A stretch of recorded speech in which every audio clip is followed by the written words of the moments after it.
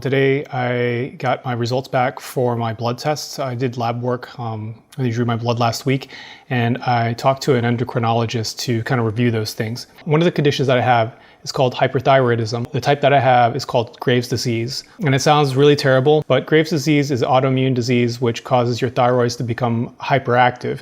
I've had to fight these things for a long time, and so since February I've been seeing an endocrinologist pretty much every 2 to 3 months.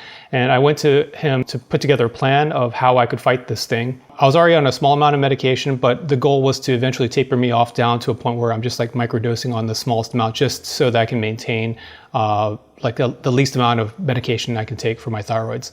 And so I have an update for all this. I got the blood work back. So number one, my thyroids are good. It has been trending in the positive direction, so I don't have to take as much medication now. So the doctor originally had me on 20 milligrams of methimazole, and now I have to just take 15 milligrams. This is good. This is actually for the first time my thyroids are under control. The second thing, my glucose levels are actually very good.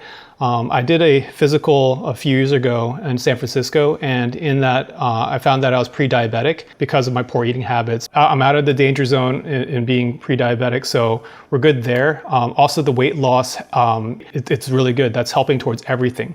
But there is one kind of rub to the whole entire thing, and that's kind of the update, which is even though I've lost a lot of weight, I'm trying to eat healthier, there's all these things I'm being proactive at, the levels of my cholesterol have gone up. And so in particular, the LDLs. So the LDLs are the bad cholesterol, and over time, they can clog the arteries.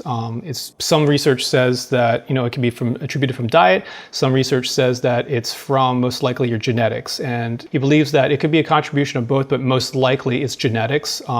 And so for someone like me, having higher cholesterol, higher LDLs is just something that I might just have to deal with. But on the flip side, he said that there are things that we can try out right now to see whether or not it's genetic, to see if we can kind of reverse some of these things. So number one, in my diet, I told him that I'm eating a lot more shrimp now, so shellfish. The first thing I'm going to do is I'm going to finish up my meal prep, and from this point forward, I'm going to eat a little bit less. Just try to remove and replace the shellfish from my diet. Number two, the doctor said that as far as my weight goes, I'm 164. He said if it's possible for me to lose another 5 to 10 pounds. And we discussed that in a little bit more depth.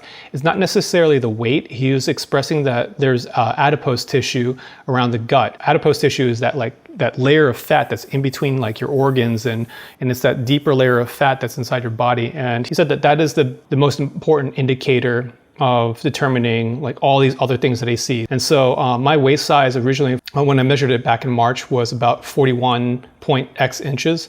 And so recently I measured it, it's about 34.25 inches.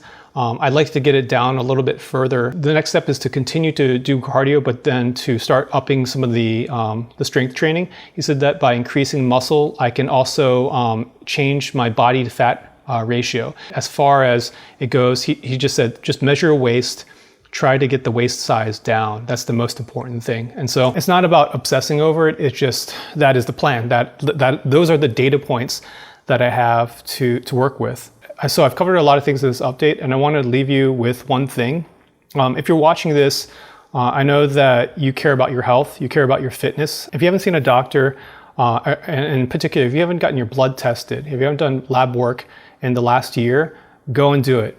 Don't wait for a problem to happen before you actually go and actually test it.